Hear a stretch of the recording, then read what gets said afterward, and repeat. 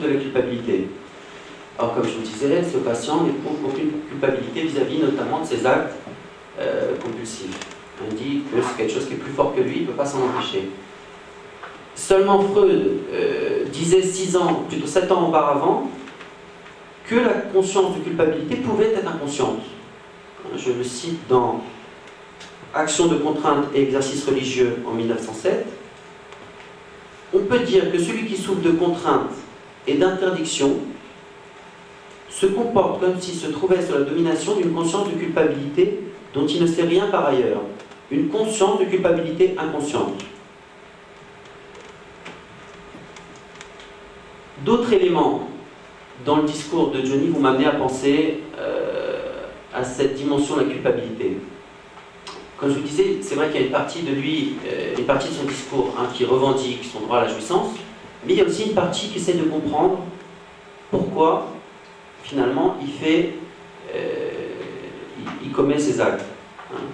D'ailleurs, on a coutume au sein du RPH de proposer une psychanalyse à quelqu'un qui interroge, comme ça, le grand doute, qui s'interroge lui-même. Et c'est vrai qu'à un moment, Johnny est rentré en analyse.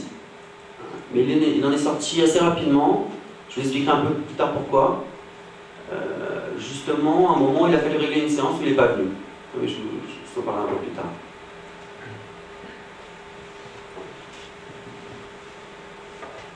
Dans le discours de Johnny va apparaître cette dimension de la punition. Comme il le dit, il interprète donc son acte en disant peut-être qu'il fait ça pour se punir, pour se détruire.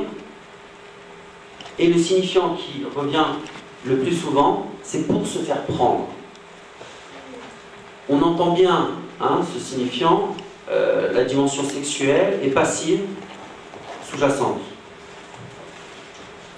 Dès 1895, dans un texte appelé Obsession et phobie, Freud met en valeur que les obsessions, je le cite, ne sont autre chose que des souvenirs, des images non altérées d'événements importants.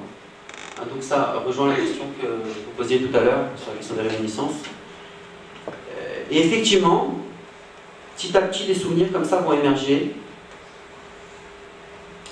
À ce moment-là, Freud différencie l'obsession de la phobie en disant que c'est l'angoisse qui est rattachée à la phobie, alors que dans l'obsession, ce qui fait retour, c'est essentiellement le doute, le remords et la colère.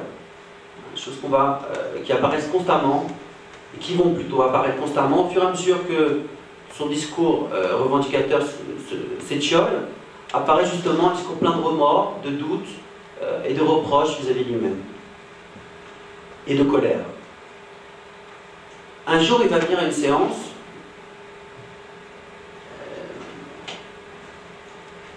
en disant qu'il se souvient d'une scène qui lui est revenue à l'esprit récemment, où, à l'âge de 12 ans, il s'est rendu dans la chambre de sa sœur, sa cadette, de 2 ans, pardon, sa cadette, dans l'intention de le faire.